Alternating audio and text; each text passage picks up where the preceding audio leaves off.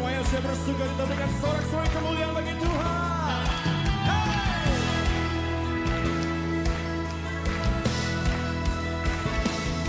Come on!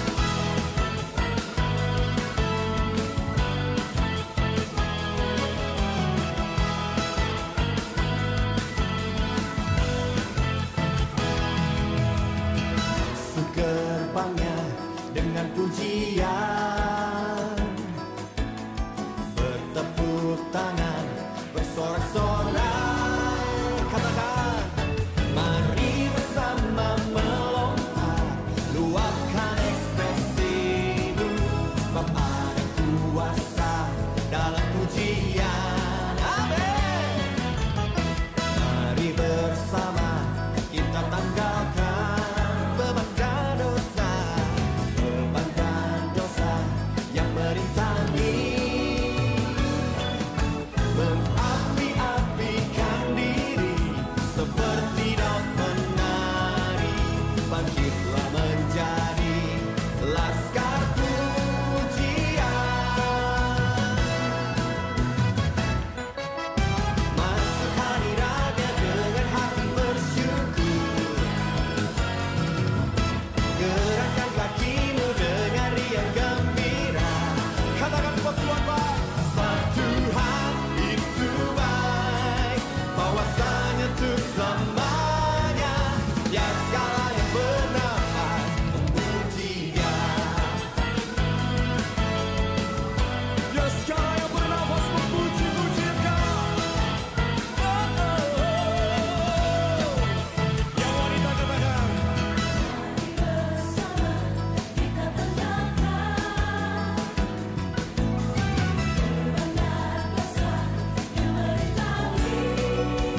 yang pria, Mengapi-apikan diri seperti daun menari, bangkitlah menjadi laskar pujian. Semua masuk hadiratnya dengan hati bersyukur, gerakkan kakimu dengan riang gembira. Amin. Sebab Tuhan itu baik, bahwasanya untuk selamanya, ya segala yang bernafas memuji Dia. semuanya tepuk tangan sama-sama di atas kepala. Kau layak terima pujian. Mari kita mempersiapkan hati kita untuk beribadah. Ibadah ini kita mulai dengan sebuah keyakinan bahwa pertolongan kita datangnya dari Tuhan yang menjadikan langit dan bumi, yang setia dan yang tidak pernah meninggalkan pekerjaan tangannya. Turunlah atas kita semua rahmat yang datangnya dari Allah Bapa, Allah Putra, dan Allah Roh Kudus. Amin.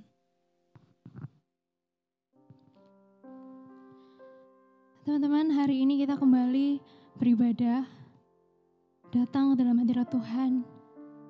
Mari kita mempersiapkan hati kita untuk menyembah Tuhan kita dengan segala kerinduan. Kita mau datang ke hadirat Tuhan.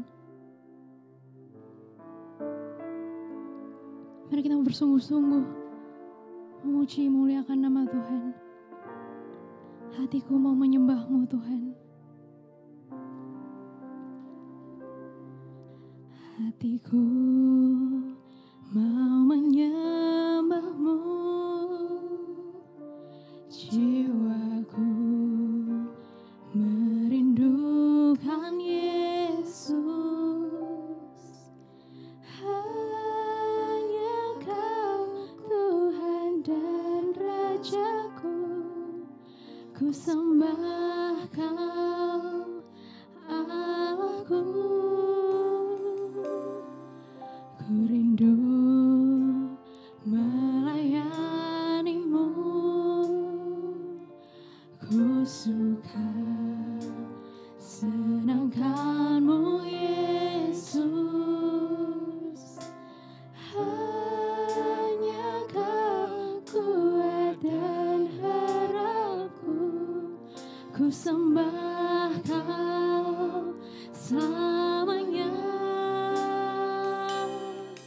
Ku sembah Kau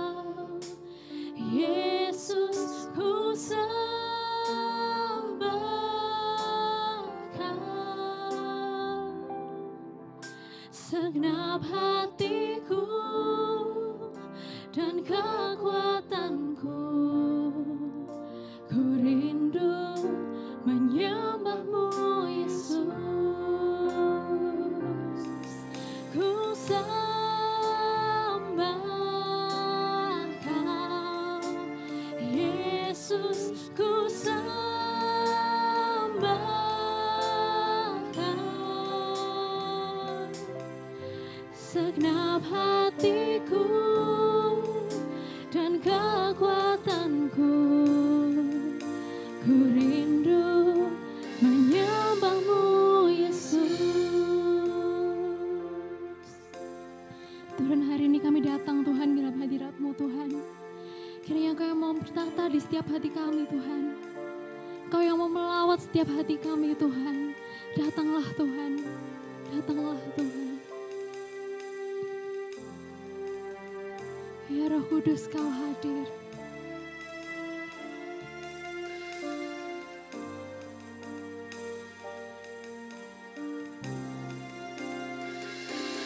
Roh Kudus, Kau hadir. Roh Kudus, lawatlah hadirat-Mu. Penuhiku waktuku datang untuk menyembah-Mu. Ya Roh Kudus, Kau hadir. Roh Kudus, lawatlah hadirat-Mu. Penuhiku waktuku datang untuk menyembah-Mu. Sembah Kau Yesus, ku sembah Kau. Segenap hatiku dan kekuatanku, ku rindu menyembah-Mu Yesus.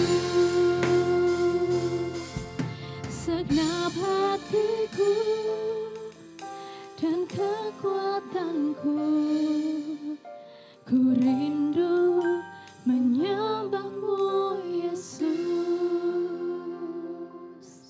Teman-teman, mari kita berdoa. Tuhan, terima kasih Tuhan untuk segala penyertaan-Mu Tuhan. Terima kasih Tuhan, Engkau telah memberikan kami kesempatan Tuhan untuk beribadah sekali lagi hari ini Tuhan. Tuhan, kami datang dengan segala kerinduan Tuhan. Tuhan, biarlah Engkau yang hadir, Engkau yang memimpin ibadah ini Tuhan. Biarlah segala puji syukur yang kami berikan hanya untuk kemuliaan-Mu Tuhan. Dengan ini nama-Mu dimuliakan Tuhan. Terima kasih Tuhan. Hanya di dalam nama-Mu kami berdoa dan mengucap syukur.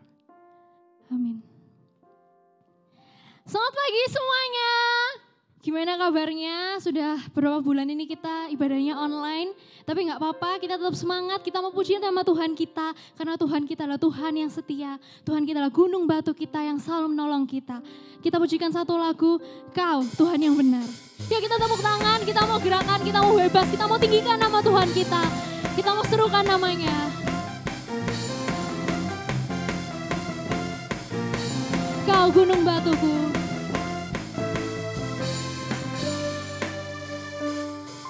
Kau gunung batuku dan Kau kota bentengku, tak akan ku ragu.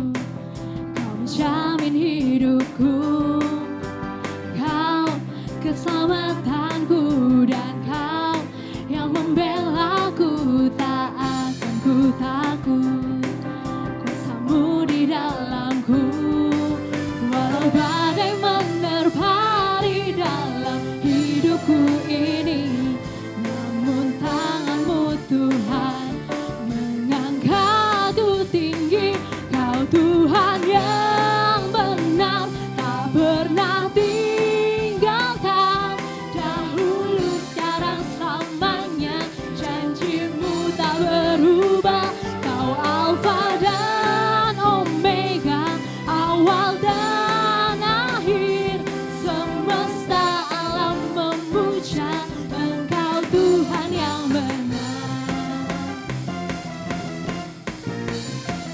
Mari kita serukan nama Tuhan kita sekali lagi.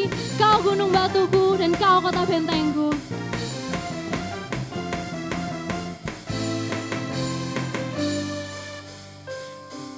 Kau gunung batuku dan kau kota bentengku, tak akan ku ragu, menjamin hidupku.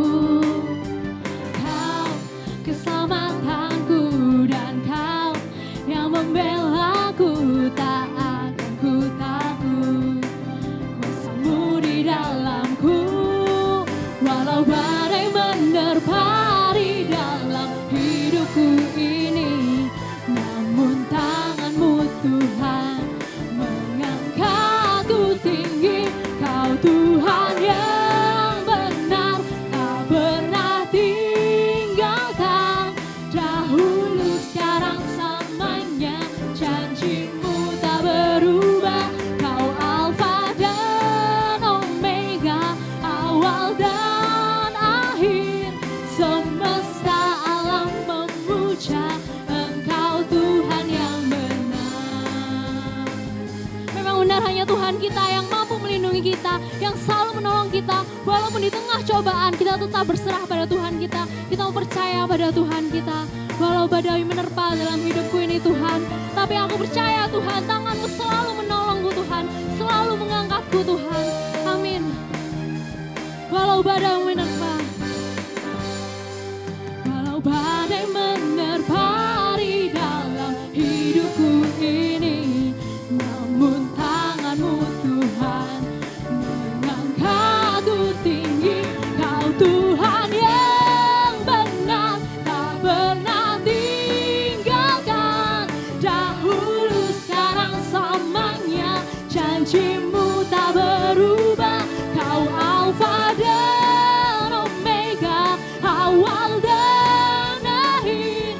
Semesta alam memuja Engkau Tuhan yang benar. Semesta alam memuja, semesta alam memuja, semesta alam memuja Engkau Tuhan yang benar.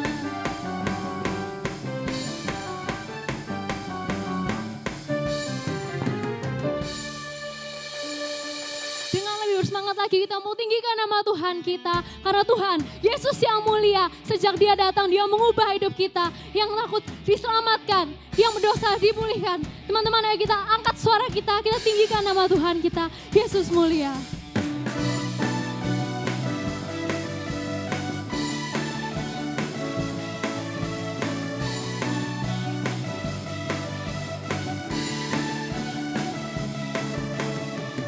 Terangmu yang telah ubah hidupku, Kau jadikan aku ciptaan baru. Ku angkat tanganku dan memujimu. Hidupku tak sama sejak Kau ada, dan kini Engkaulah pusat segalanya. Kasih-Mu kan selalu cukup bagiku. Keagungan-Mu, kedahsyatan-Mu, keagungan-Mu, kedahsyatan-Mu terpancar dari indahnya dunia. Segala yang ada tak Kau ciptakan, karya-Mu sungguh tiada tanya. Sungguh tiada tanya.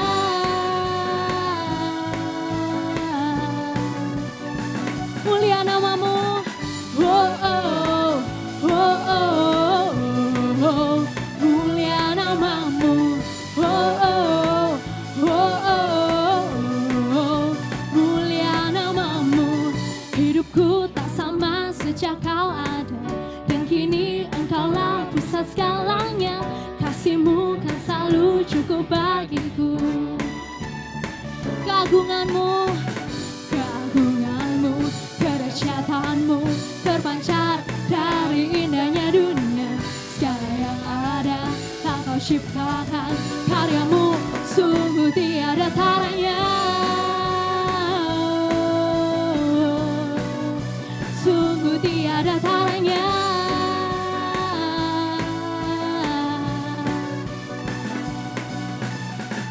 Oh oh, oh oh.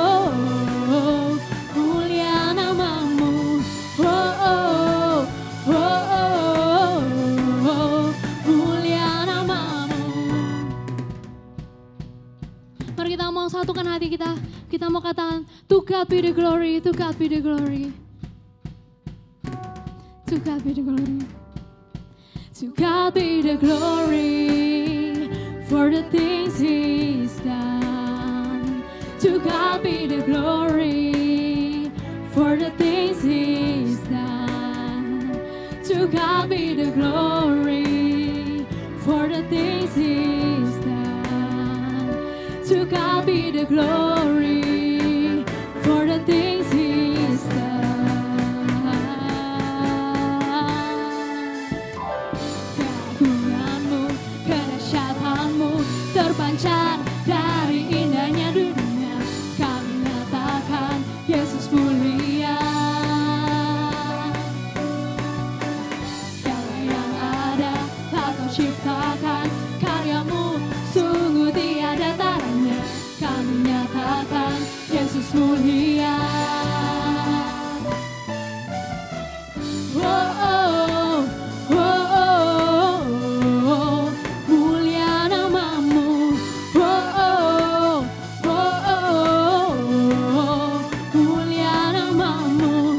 Oh, oh, oh, oh, oh, mulia namamu. Oh, oh, oh, oh, mulia namamu. Mulia namamu. Teman-teman, dengan tetap bangkit berdiri, mari kita mau mengikrarkan pengakuan iman kita, pengakuan iman rasuli. Pengakuan iman rasuli.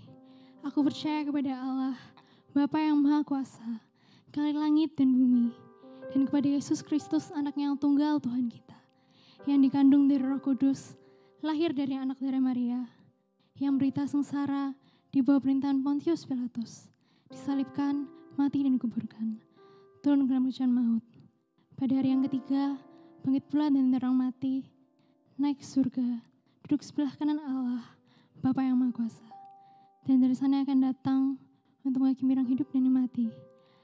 Aku percaya kepada Roh Kudus, gereja yang kudus dan am, persekutuan Orang Kudus, pengampunan dosa, bangkitan tubuh, dan hidup yang kekal. Amin. Teman-teman, selama 2020 ini sudah banyak hal yang terjadi, mulai dari banjir di tahun baru, banyak sekali bencana alam yang terjadi. Dan sampai saat ini kita diberi suatu cobaan, yaitu corona. Teman-teman, tapi kita harus percaya kalau di setiap musim hidup kita, Tuhan tuh selalu bersama dengan kita. Bahkan sehelai rambut kita gak akan terjatuh tanpa seizin Tuhan. Yang bisa kita lakukan apa? Kita percaya, kita berdoa pada Tuhan. Kita mau serahkan semuanya dalam tangan Tuhan. Sebelum kita mau menaikkan beberapa pokok doa, mari kita mau pujikan satu lagu, Yesus Selalu Menolongku. Tuhan, walaupun musim ini selalu berganti Tuhan, walaupun banyak kesulitan yang harus dihadapi Tuhan, tapi kami percaya Tuhan, Kau Tuhan yang setia, Tuhan yang selalu ada bersama dengan kami setiap musim.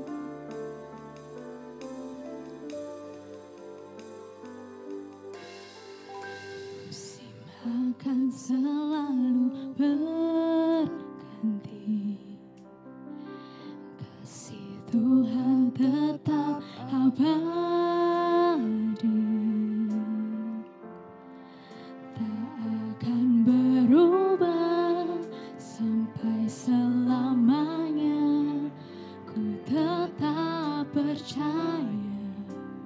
Ku yakin Tuhan yang memberkati.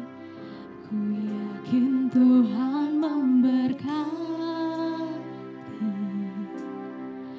Ku yakin Tuhan melindungi. Burung di udara Tuhan pelihara, karena kasih-Nya Tuhan selalu menolongku.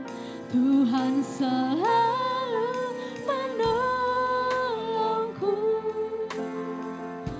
selalu menjagaku.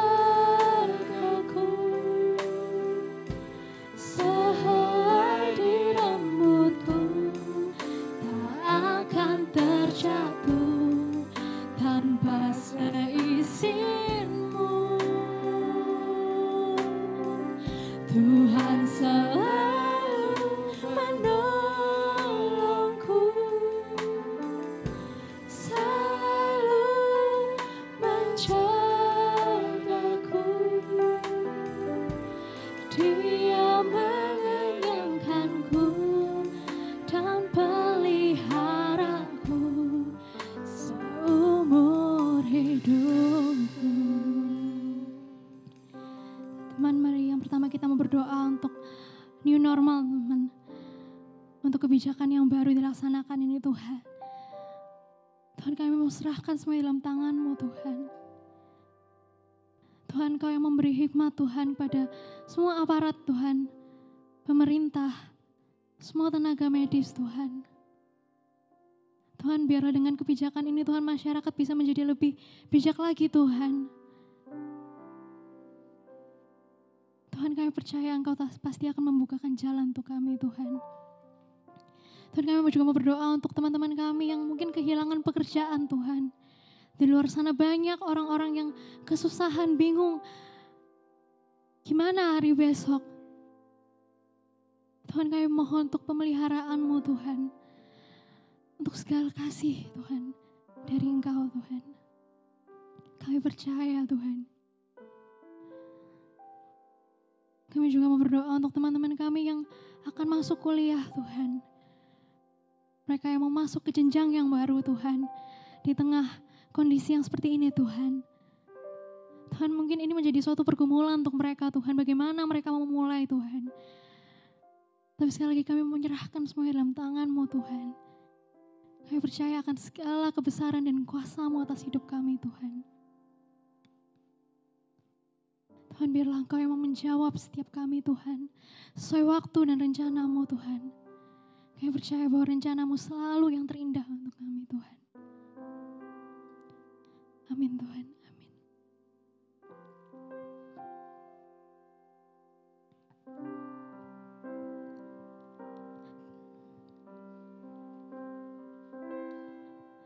Tuhan selalu menolongku, selalu menjagaku,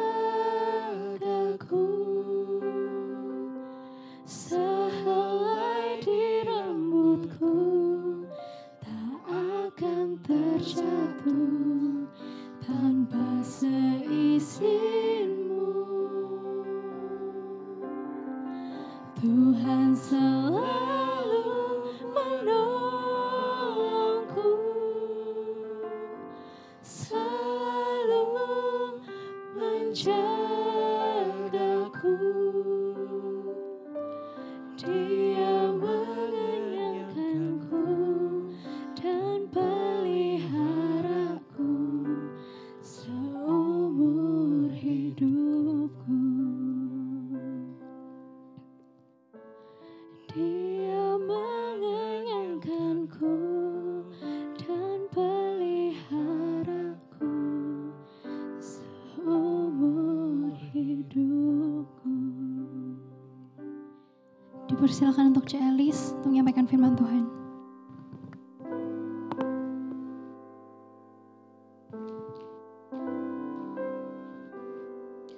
Mari kita berdoa. Tuhan, kami mengucap syukur kalau sampai hari ini kami masih sehat. Kami diberikan kekuatan untuk beribadah. Terus Tuhan ajari hati kami supaya kami punya kerinduan mencari Engkau. Kami tahu Tuhan kemalasan kami seringkali lebih besar daripada niat kami. Tapi kami sungguh Tuhan rindu.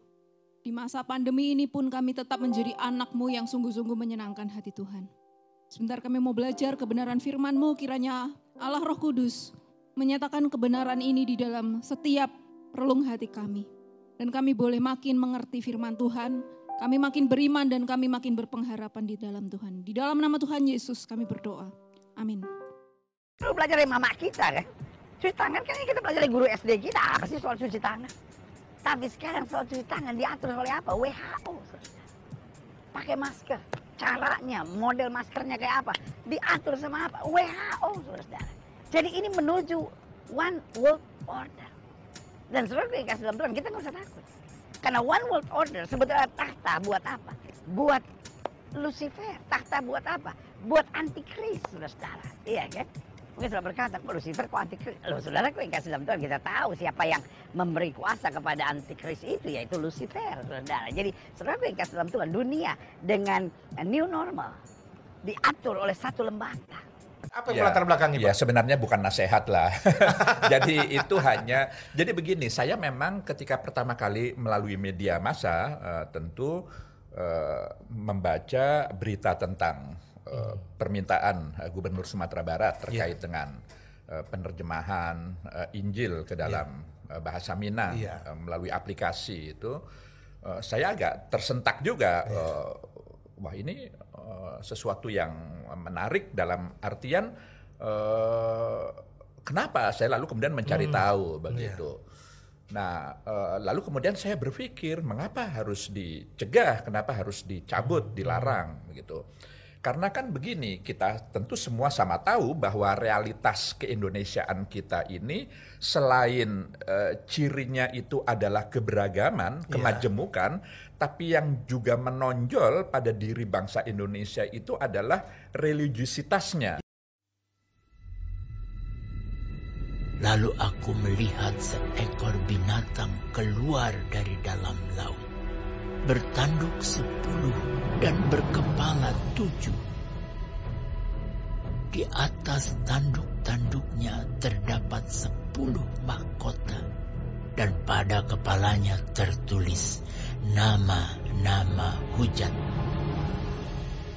Binatang yang kulihat itu serupa dengan macan tutul, dan kakinya seperti kaki beruang, dan mulutnya seperti mulut singa. Dan naga itu memberikan kepadanya kekuatannya, dan tahtanya, dan kekuasaannya yang besar. Maka tampaklah kepadaku satu dari kepala-kepalanya seperti kena luka yang membahayakan hidupnya. Tetapi luka yang membahayakan hidupnya itu sembuh. Seluruh dunia heran lalu mengikut binatang itu. Dan mereka menyembah naga itu karena ia memberikan kekuasaan kepada binatang itu. Dan mereka menyembah binatang itu sambil berkata, siapakah yang sama seperti binatang ini? Dan siapakah yang dapat berperang melawan dia? Dan kepada binatang itu diberikan mulut yang penuh kesombongan dan hujat. Kepadanya diberikan juga kuasa untuk melakukannya 42 bulan lamanya. Lalu ia membuka mulutnya untuk menghujat Allah, menghujat namanya dan kemah kediamannya dan semua mereka yang diam di sorga. Dan ia diperkenankan untuk berperang melawan orang-orang kudus dan untuk mengalahkan mereka. Dan kepadanya diberikan kuasa atas setiap suku dan umat, dan bahasa, dan bangsa. Dan semua orang yang diam di atas bumi akan menyembahnya, yaitu setiap orang yang namanya tidak tertulis sejak dunia dijadikan di dalam kitab kehidupan dari anak domba yang telah disembelih. Barang siapa bertelinga, hendaklah ia mendengar. Barang siapa ditentukan untuk ditawan, ia akan ditawan. Barang siapa ditentukan untuk dibunuh dengan pedang, ia harus dibunuh dengan pedang. Yang penting di sini ialah ketabahan dan iman orang-orang kudus. Oke, saudara setuju nggak dengan video ini? Dalam video ini seorang pendeta mengatakan bahwa katanya dunia kita tuh menuju one world order. Dan yang memerintahkan itu adalah WHO. Dan di situ dikatakan bahwa WHO itu adalah tahta antikris. Oke, sekali lagi saya tanya, apakah kita setuju bahwa WHO itu adalah tahta antikris? Saudara, di sepanjang zaman orang itu selalu banyak yang berspekulasi tentang identifikasi antikris. Contohnya saudara, ini sudah terjadi sejak zaman Alkitab selesai ditulis. Waktu Alkitab selesai ditulis, katanya antikris itu adalah Kaisar Nero. Kemudian saudara lanjut terus zaman, terus ada identifikasi baru, misalnya beberapa tahun yang lalu teknologi chips itu sudah ada, ya kan? Nah, beberapa hamba Tuhan juga mengatakan bahwa katanya chips itu adalah antikris. Oke, sampai sejauh ini kita terus bertanya-tanya, benar nggak sih mereka-mereka ini antikris? Sekarang pada zamannya pasca modern nih katanya udah postmo. Dan di masa ini sedang pandemi, sedang susah, banyak orang sedang mengalami kesulitan. WHO apalagi sebagai Badan Kesehatan Dunia mereka juga mengalami kesulitan. Kemudian katanya nih ya, WHO itu adalah tahta antikris. Well, kalian setuju? Nah, sebelum kita melanjutkan saudara pembahasan apakah benar nih WHO adalah antikris, saya mau disclaimer dulu ya, bahwa saya sedang tidak ingin menyerang pribadi dari pendeta yang ada di video tadi. Sekali lagi saya sedang tidak ingin menyerang pribadi dari yang ada di video tadi. Tetapi tentunya kita harus mengkritisi apakah ajarannya itu sesuai dengan Alkitab atau tidak, betul ya? Apakah ajarannya itu sesuai dengan kebenaran firman Tuhan? Saudara, sebelum kita menjawab hal itu, sebelum kita katakanlah kita itu menuduh beberapa lembaga itu antikris atau bukan, mari kita belajar dulu firman Tuhan yang benar.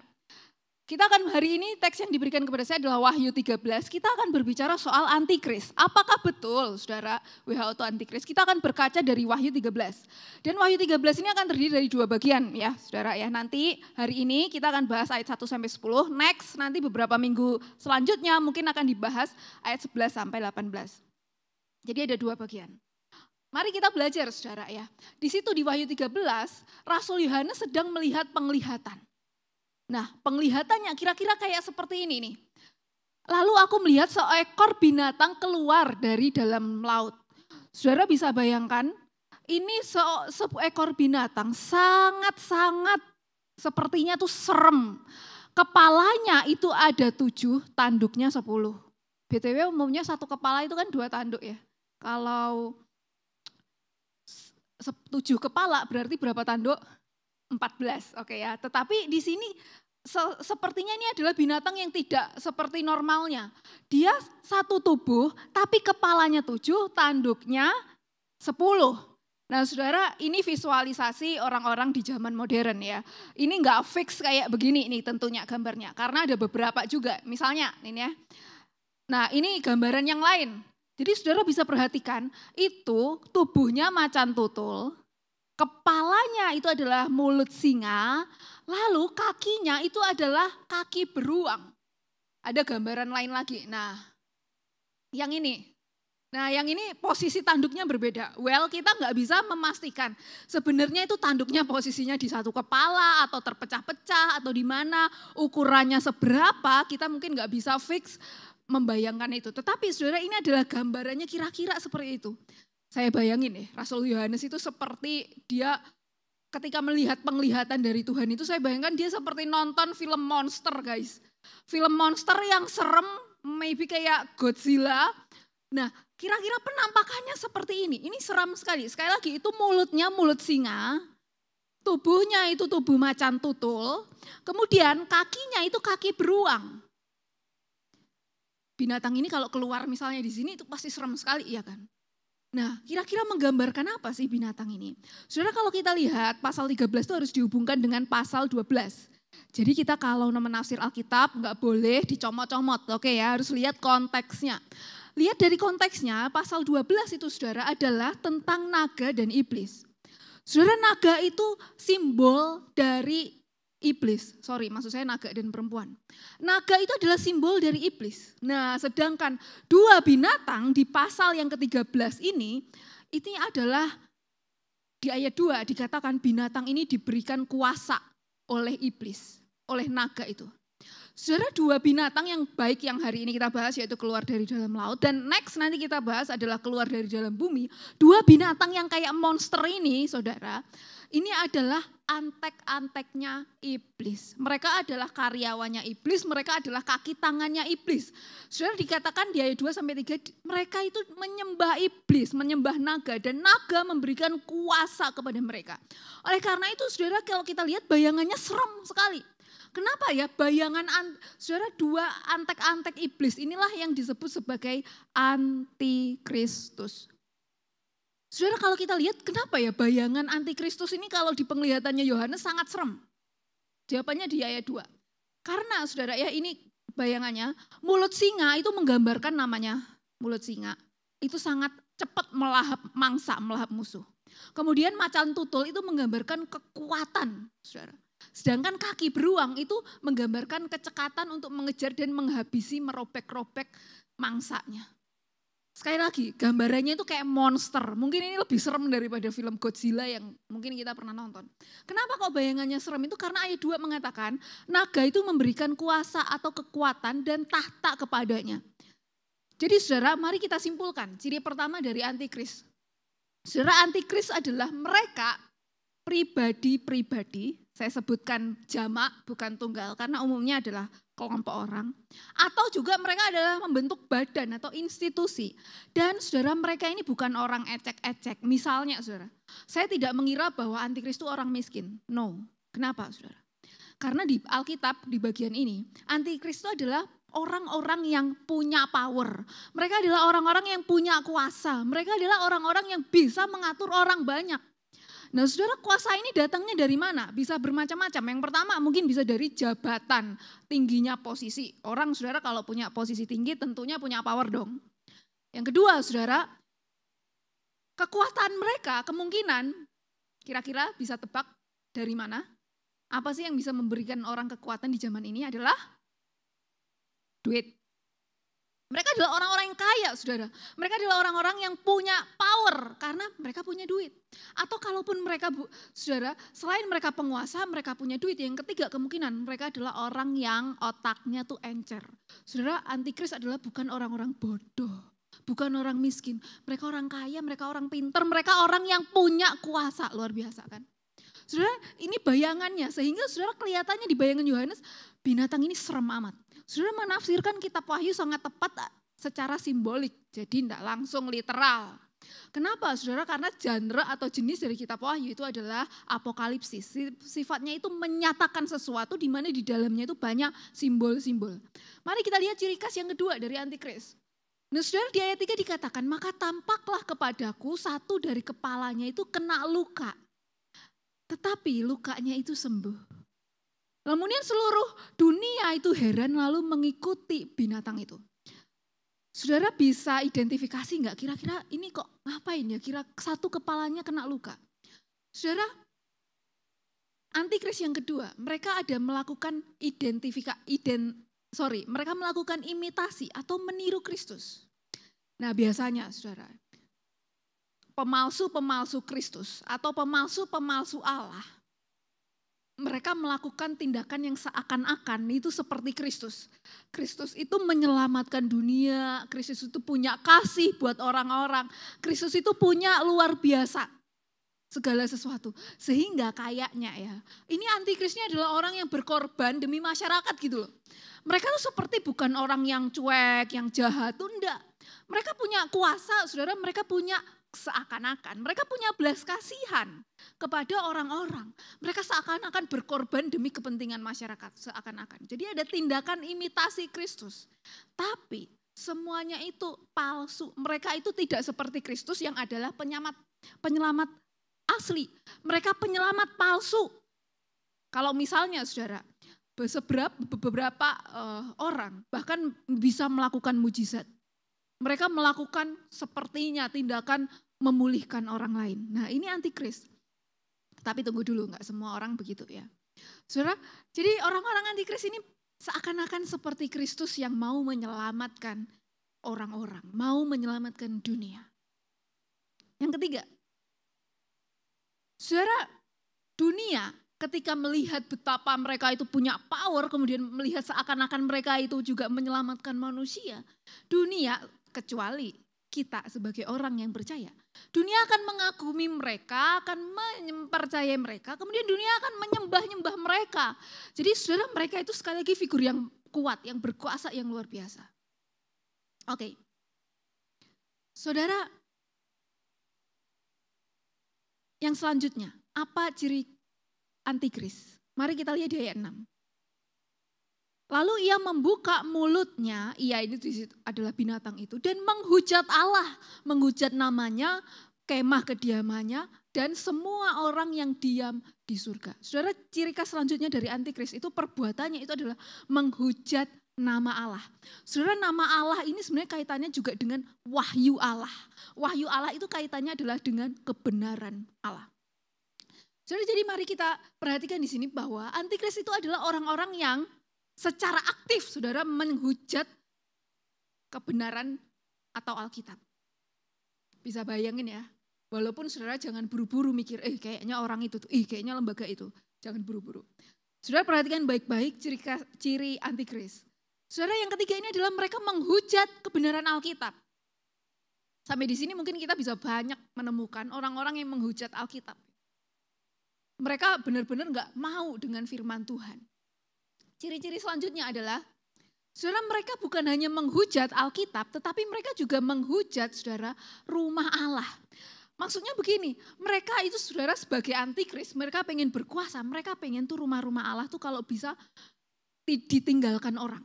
Bahkan kalau bisa rumah Allah itu difitnah, gereja-gereja difitnah, kalau bisa gereja-gereja itu dihancurkan, kalau bisa gereja-gereja itu dimusnahkan. Ini kalau dari deskripsi ayat 6.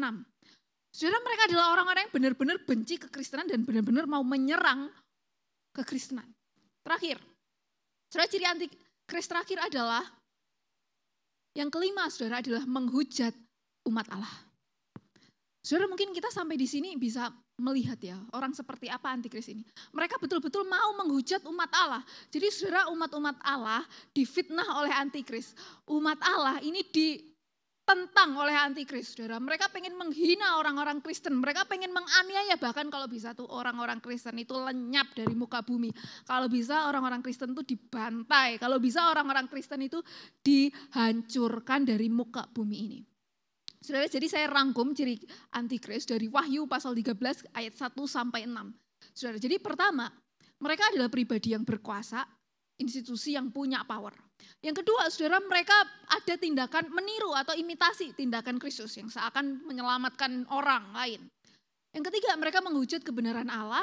Yang keempat, mereka menghujat rumah Allah. Yang kelima, mereka menghujat umat Allah dan orang-orang Kristen. Oke, sampai di sini, saudara.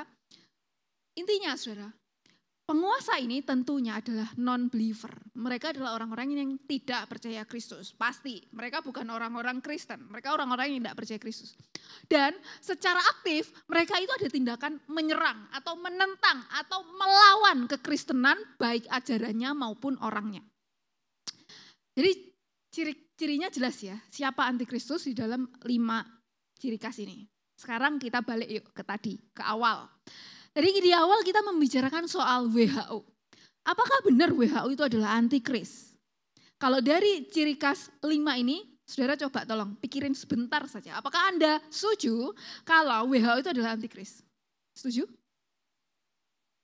Mari kita bahas. Saudara, kalau dilihat dari keanggotaan WHO ya. WHO itu bukan hanya badan satu negara, saudara. Bukan hanya badan satu benua, enggak. Tapi WHO itu adalah badan seluruh dunia. Sehingga saudara, karena dia adalah badan yang cakupannya seluruh dunia, keanggotaan WHO itu multigolongan. Jadi di situ saudara memang sih ada orang-orang yang gak Kristen saudara di WHO. Ada orang-orang yang mungkin gak suka juga dengan orang Kristen ataupun dengan kekristenan. Tapi ingat bahwa di dalam organisasi WHO, di situ juga duduk orang-orang yang percaya Tuhan. Salah satu contohnya saya kasih contoh ya. Saudara, ini adalah Tedros. Dia adalah direktur umum calon. Jadi dia masih sekarang sedang kandidat atau calon dari direktur umum badan WHO. Saudara, di satu sosial medianya, Tedros ini saudara mengaku dirinya adalah I am a Orthodox Christian begitu. Jadi dia mengaku dia adalah seorang Kristen Ortodoks. Walaupun saudara dia kalau berpidato sering Assalamualaikum, sering ini itu dan lain sebagainya. Tapi dia orang Kristen saudara. Sekarang dari yang pertama saja, apakah kita itu bijak? Kalau kita menuduh WHO sebagai tahta Kristus. Sementara saudara di dalam WHO sendiri ada banyak orang-orang Kristen di sana. Ada banyak orang-orang Kristen yang bahkan benar-benar memperjuangkan kepentingan kesehatan dunia. Saudara, jadi dari ciri pertama seakan kita tidak fair kalau menuduh WHO itu adalah antikristus. Yang kedua, saudara, policy atau kebijakan atau peran WHO itu tidak menyerang kekristenan. Ngomong-ngomong kalian kan gak pernah dengar kan, WHO bakar gereja di Inggris katakanlah. Gak pernah dengar kan? Atau misalnya kita dengar, katanya itu loh WHO secara resmi ngunggah video mengelek-ngelek Alkitab. Pernah dengar? Enggak kan? Ataukah saudara pernah dengar, WHO itu sedang ini nih menghujat gereja-gereja. Enggak pernah dengar ya saudara. Dan saudara enggak ada policy secara resmi bahwa WHO itu benci kekristenan. Enggak saudara, karena WHO itu multi golongan. WHO hanyalah organisasi dunia yang secara administratif menangani masalah kesehatan secara global. Jadi saudara kalau kita menuduh WHO adalah antikristus. Dari dua hal ini saya rasa kita kurang bertanggung jawab. Yang ketiga saudara ya. WHO tidak pernah memaksa saudara masyarakat dunia untuk menyembah satu agama tertentu. Misalnya nih, WHO itu memaksa masyarakat untuk menyembah satu kaisar. Dan misalnya juga WHO tidak pernah melarang orang untuk menyembah Tuhan, tidak pernah. WHO juga tidak pernah melawan satu agama tertentu, apalagi kekristenan. Yang saya ngomong ini secara institusinya ya saudara, sekali lagi secara badan institusinya. Walaupun saudara mungkin orang-orangnya ada juga sih yang enggak suka dengan kekristenan. Tapi secara badan institusi WHO tidak melawan atau menyembah satu agama tertentu. Ya karena memang istilahnya begini loh. Soal agama itu bukan urusannya WHO gitu. Urusannya WHO itu adalah kesehatan. Udah itu aja. Saudara, jadi kalau kita lihat secara gambaran WHO juga ciri-ciri antikris, memang sih WHO itu adalah penguasa. Memang dalam tanda kutip penguasa bidang kesehatan karena mereka mengontrol masalah kesehatan dunia. Tetapi saudara, mereka tidak ada secara aktif menyerang kekristenan. Sehingga sampai di sini saya secara pribadi tidak setuju kalau WHO dituduh sebagai tahta antikris. Karena itu adalah opini yang tidak bertanggung jawab. Ngomong-ngomong, saudara boleh tidak setuju dengan saya, tetapi yang jelas kita harus punya argumen. Pada waktu kita, menuduh orang itu antikris, orang ini antikris. Tunggu dulu, hati-hati, belajar Alkitab dulu baik-baik. Oke saudara, kita lanjutin nih soal antikristus. Nah saudara di Alkitab, di Wahyu 13, Rasul Yohanes mengatakan begini, dan ia, ini maksudnya adalah binatang tadi yang menggambarkan antikris, diperkenankan untuk berperang melawan orang-orang kudus dan untuk mengalahkan mereka. Dan kepadanya diberikan kuasa atas setiap suku dan umat dan bahasa dan bangsa. Ini kabar buruk sih ya kayaknya. Kenapa? Di situ seakan-akan Tuhan itu memperkenan antikris ini bertindak melawan kita, orang-orang Kristen. Saudara kalau kita belajar akhir zaman, saudara ini pengertian saya akhir zaman. Pengertian saya soal akhir zaman, saudara kalau kita lihat Wahyu yang ditafsir secara simbolis dan saudara kita akan melihat bahwa akhir zaman itu adalah masa antara waktu Tuhan Yesus sudah naik ke surga. Jadi kira-kira 2000 tahun yang lalu. Dan sampai nanti Tuhan Yesus datang kedua kalinya. Nah inilah akhir zaman. Mungkin saudara di dalam hati bilang gini, aduh cek panjangnya terus ini kapan nih akhir zaman ini selesai? Kita memang gak tahu dan Tuhan Yesus bilang kita juga gak perlu tahu. Inilah akhir zaman dan di dalam akhir zaman yang panjang banget ini kita juga gak tahu ujungnya kapan. Saudara selalu ada dua golongan, yaitu kita yang adalah orang percaya yang mengaku Yesus sebagai Tuhan dan Juru Selamat. Kita disebut sebagai pengikut Kristus. Dan ada golongan yang lain yang selalu gak suka sama kekristenan dan orang-orangnya. Yaitu antikristus. Nah saudara di dalam akhir zaman ini akan ada dua golongan ini yang selalu ada bersama dan mereka seakan saling opposite. Betul, memang. Selalu akan ada pengikut Kristus, kemudian ada anti-Kristus. Nah, kabar buruknya lagi seakan-akan yang anti-Kristus itu menang di dunia ini. Saudara bisa lihat kan, banyak orang Kristen dianiaya, betul nggak? Saudara kalau kita cari kabar hari-hari ini di internet, kita ngelihat banyak sekali orang tuh yang nyerang Alkitab, betul nggak? Alkitab tuh katanya, Alkitab tuh gak konsisten, Alkitab tuh gak sesuai fakta sejarah, Alkitab tuh ini, itu, wah dikritik, tetek bengek. Saudara, di sepanjang saudara, akhir zaman selalu akan ada pengikut Kristus dan anti-Kristus. Seakan kita sebagai pengikut Kristus itu kalah. Banyak loh orang Kristen yang mati, betul. Banyak pendeta juga di penjara, betul. Seakan-akan orang Kristen itu kalah. Tapi di ayat 10 dikatakan, jangan khawatir. Nanti saudara akan baca nanti di bagian pasal 13 akhir. Bahwa ada kata 666 itu akan dibahas. 66 ini menyimpulkan kekalahan dari antikristus. Saudara pada saat Tuhan Yesus nanti datang kedua kalinya sebagai hakim terakhir, sebagai hakim yang paling benar. Saudara akan ada terjadi paradoks. Artinya gini. Kita ini sebagai pengikut Kristus, memang seakan kita kalah di dunia ini. Tapi sebenarnya pada saat Tuhan Yesus datang kedua kali, kitalah the true winners. Kitalah orang-orang yang sebenarnya menang. Mereka kayaknya waktu dunia ini masih jaya, antikris itu kayaknya menang. Tapi nanti pada saat Tuhan Yesus datang kedua kali, antikris itu mereka jelas adalah orang-orang yang kalah. Kalah mutlak dengan kekuatan Tuhan kita. Jadi saudara sebagai orang Kristen kita nggak perlu cemas. Saudara kita nggak perlu takut. Kita nggak perlu susah. Saudara saya ceritakan sebuah kisah. Saudara kisah ini terjadi di daratan China kira-kira tahun 1969 begitu. Nah saudara di China tersebut ada waktu itu saudara ya terjadi penganiayaan terhadap orang Kristen. Nah ada seorang ibu saudara yang membela atau yang memprotes, ada seorang pendeta ditangkap sama pemerintah China. Kemudian ibu ini saudara memprotes penangkapan pendeta itu. Saudara akhirnya China mau memenjarakan nih ibu ini. Nah ibu ini punya anak saudara 5 tahun, masih imut-imut lucu-lucu gitu balita namanya Xiaomei. Saudara baik ibunya dan Xiaomei yang baru 5 tahun itu ditangkap oleh kepolisian China. Saudara anaknya tuh nangis terus. Saudara dan mamahnya, saudara ibunya suatu kali dipaksa diseret, dia dihadapkan kepada 1.000 orang dan suruh menyangkal Yesus. Bilang kalau kamu bukan orang Kristen. Nah saudara akhirnya saudara, waktu ibu ini terus melihat anaknya nangis, hatinya enggak tega. Akhirnya dia berkata, ya udah aku mau menyangkal Yesus. Dia berkata, saya bukan orang Kristen. Tapi saudara pada waktu kemudian dia turun, dia dibebaskan karena sudah menyangkal Yesus.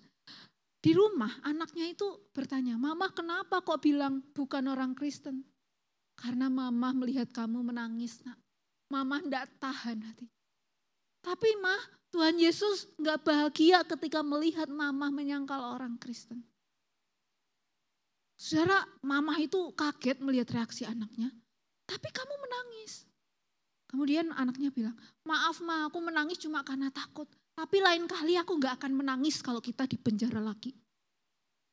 Saudara bisa lihat ya, seorang anak kecil berusia 5 tahun bisa mengomong begitu.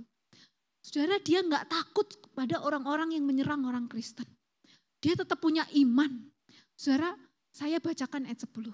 Yang penting di sini ialah ketabahan dan iman orang-orang kudus. Saudara kalau saat ini kita mungkin menghadapi kesulitan ya karena corona. Tapi kita saudara belum menghadapi kesulitan sedahsyat penganiayaan yang saya ceritakan. Kalau seorang anak kecil itu bisa punya iman dan pengharapan. Apalagi kita. Tuhan Yesus beserta kita. Seharusnya kita punya pengharapan apapun yang terjadi. Bahkan kalaupun antikristus menyerang kita. Kita terus punya pengharapan bahwa kitalah pemenang di dalam Yesus Kristus. Saudara, semoga bagian ini boleh memberkati kita. Sebelum selesai, saudara, saya ingin kita memperhatikan sebuah video. Saya tidak akan mengomentari video berikut ini, saudara. Saya hanya ingin kita menonton video ini dan coba kita berpikir. Tadi saya sudah menerangkan soal ciri-ciri antikris. Saudara, ciri-ciri antikris ada 5. Oke ya. Oke, saya balik ke sini. Nah, ini ciri-ciri antikris. Mari kita lihat, saudara, video ini. Sudah perhatikan baik-baik. Silahkan. Oke, saya ceritakan dulu, saudara ya. Beberapa waktu yang lalu, saudara, sebuah aplikasi yang di situ aplikasinya itu adalah terjemahan Injil Alkitab kita ke dalam bahasa Minangkabau. Nah, saudara, Injil bahasa Minangkabau itu tiba-tiba diprotes. Padahal kan namanya aplikasi sekarang ini kita banyak ya aplikasi terjemahan Alkitab di handphone saudara. Nah, saudara, saudara, jadi ceritanya terjemahan Alkitab ini diprotes. Bahkan oleh gubernur Sumatera Utara kalau nggak salah. Oke, Sumatera Barat. Nah, saudara, gubernur Sumatera Barat itu berkata bahwa seharusnya Injil dalam bahasa Minangkabau itu enggak boleh dimuat. Kenapa? Karena itu enggak sesuai dengan adat orang Minangkabau. Itu enggak sesuai. Sehingga saudara, akhirnya gubernur ini lapor kepada Kominfo. Kominfo itu Kepala Dinas Informasi dan Komunikasi. Oke ya. Dan Kominfo menyetujui penghapusan aplikasi Injil bahasa Minangkabau. Saudara, kalau saya lihat di YouTube, ini ada banyak banget nih reaksi nih. Nah, ini tentunya orang-orang Kristen yang istilahnya merasa tidak nyaman loh. Kok aplikasi terjemahan Alkitab kok dihapus? Saudara, di situ ada banyak reaksi, saudara. Saudara boleh search di YouTube. Nah, saudara, coba saudara refleksikan dan pikirkan. Apa yang sedang terjadi ini? Saudara bisa diskusi nanti dengan hamba Tuhan saudara atau pemimpin KTB saudara. Kalian juga bisa diskusi mungkin dengan orang tua boleh. Atau kalau saudara penasaran boleh diskusi di kolom komentar di bawah ini. Saudara boleh diskusi di komentar di sini. Menurut kalian apakah kita bisa sebut beberapa orang tertentu seperti ini sebagai antikris? Itu yang saudara pikirkan. Jadi ini studi kasus PR di rumah, oke ya. Saudara, apakah kita bisa ngomong bahwa mereka adalah antikristus? Coba pikirkan dengan baik-baik. Semoga bagian ini memberkati kita. Mari kita terus berpengharapan di dalam Tuhan. Kita berdoa. Ya Tuhan, kami bersyukur karena Engkau masih mau mengajari kami firman-Mu, bagian demi bagian. Ajari hati kami supaya kami bisa mengerti. Dan pengetahuan kami itu bukan hanya di otak kami Tuhan, tetapi juga di hati kami, sehingga kami makin berpengharapan sebagai orang percaya yang menyembah Allah Roh Kudus, Allah Bapa dan Allah Putra, Allah Tritunggal sebagai Allah kami, pencipta kami, penyelamat kami, pemimpin kami. Terima kasih Tuhan, di dalam nama Tuhan Yesus kami berdoa. Amin.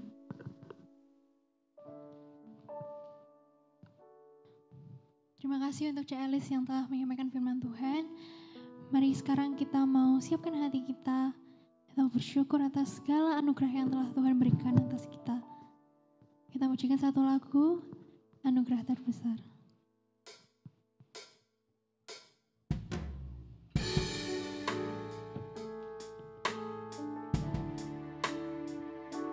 Kasih Tuhan tidak pernah terselami. Kasih Tuhan terlalu besar untuk kita. Kita mau berterima kasih pada Tuhan segala yang telah Dia berikan pada kita.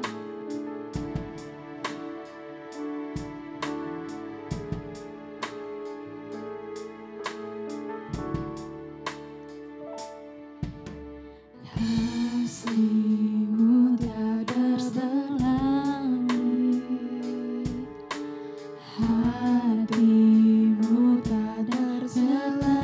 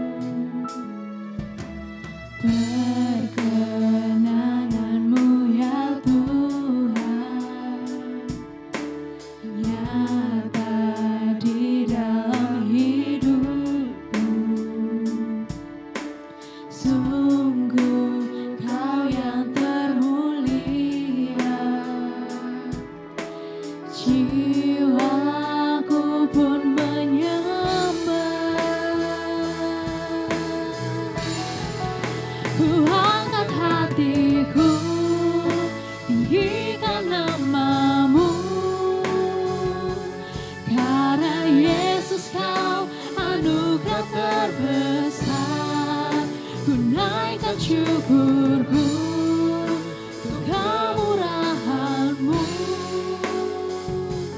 Hanya Yesus Kau anugerah terbesar.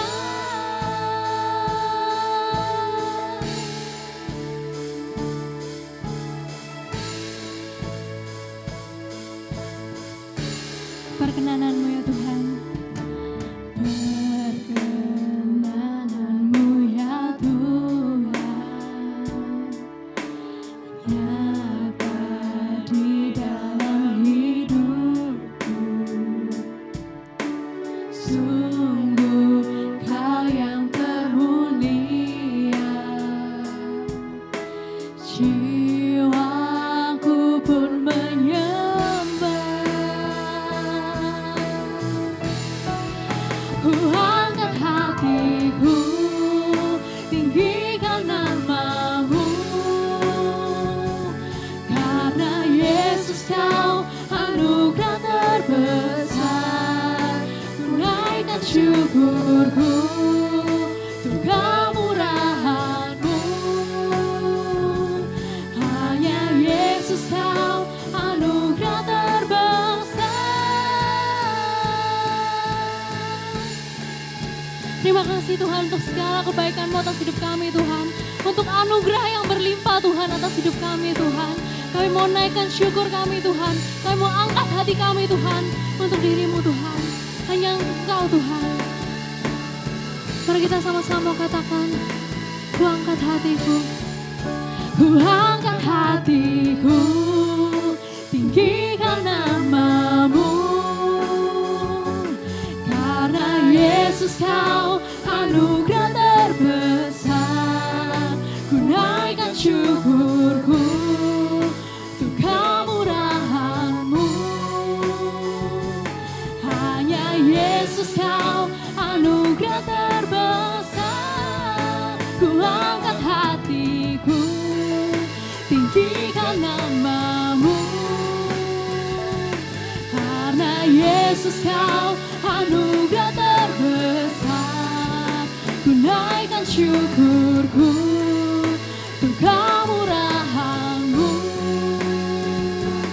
Karena Yesus Kau anugerah terbesar.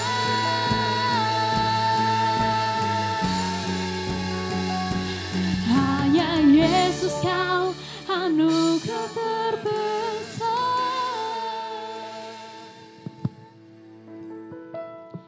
Doa berkat dan doa penutup dipersilakan Cik Elis.